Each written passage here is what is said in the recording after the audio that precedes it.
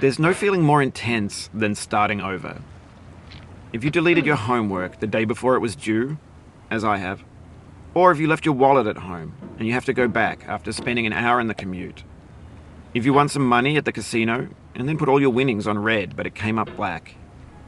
If you got your best shirt dry cleaned before a wedding and then immediately dropped food on it. If you won an argument with a friend and then later discovered that they just returned to their original view. Starting over is harder than starting up. If you're not ready for that, like if you've already had a bad day, then what you're about to go through might be too much. Feel free to go away and come back. I'll be here. Alright, thanks for coming with me on this trip. I'll understand if you have to take a break at any point. Just find a safe place to stop and quit the game. And don't worry, I'll save your progress, always. Even your mistakes. This game is a homage to a free game that came out in 2002, titled Sexy Hiking. The author of that game was Jazuo, a mysterious Czech designer who was known at the time as the father of B games. And B games are rough assemblages of found objects. Designers slap them together very quickly and freely, and they're often too rough and unfriendly to gain much of a following. They're built more for the joy of building them than as polished products. In a certain way, Sexy Hiking is the perfect embodiment of a B game. It's built almost entirely out of found and recycled parts, and it's one of the most unusual and unfriendly games of its time. In it, your task is simply to drag yourself up a mountain with a hammer. And that act of climbing, in the digital world or in real life, has certain essential properties that give the game its flavor. No amount of forward progress is guaranteed. Some cliffs are too sheer or too slippery. And the player is constantly, unremittingly in danger of falling and losing everything. Anyway, when you start Sexy Hiking, you're standing next to this dead tree that blocks the way to the entire rest of the game. It might take you an hour to get over that tree, and a lot of people never got past it. You prod and you poke at it, exploring the limits of your reach and your strength, trying to find a way up and over. And there's a sense of truth in that lack of compromise. Most obstacles in video game worlds are fake. You can be completely confident in your ability to get through them once you have the correct method or the correct equipment or just by spending enough time. In that sense, every pixelated obstacle in Sexy Hiking is real. The obstacles in Sexy Hiking are unyielding, and that makes the game uniquely frustrating. But I'm not sure Jazuo intended to make a frustrating game. The frustration is just essential to the act of climbing, and it's authentic to the process of building a game about climbing. A funny thing happened to me as I was building this mountain. I'd have an idea for a new obstacle, and I'd build it, test it, and it would usually turn out to be unreasonably hard. But I couldn't bring myself to make it easier. It already felt like my inability to get past the new obstacle was my fault, as a player rather than as a builder.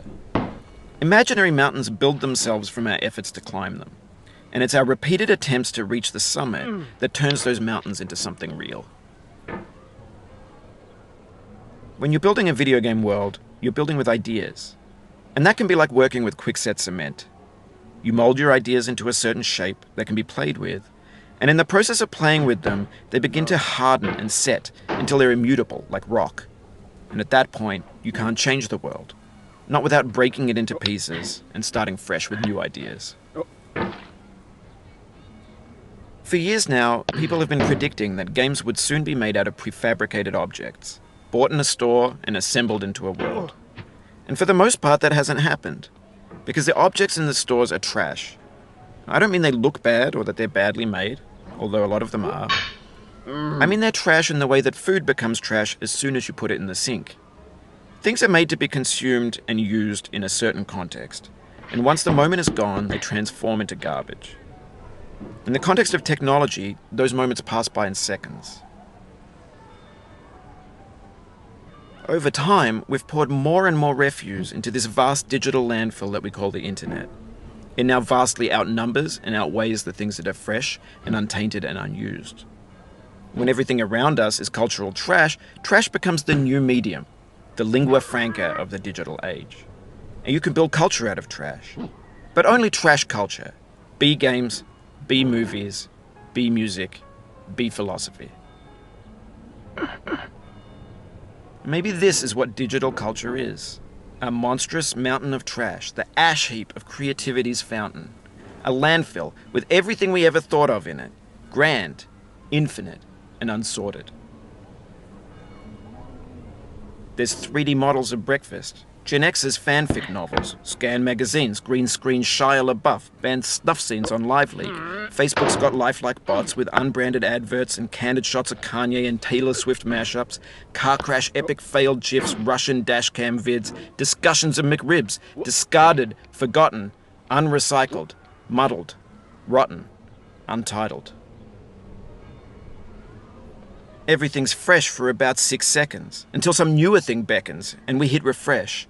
And there's years of persevering, disappearing into the pile, out of style, out of sight. In this context, it's tempting to make friendly content that's gentle, that lets you churn through it but not earn it. Why make something demanding if it just gets piled up in the landfill, filed in with the bland things?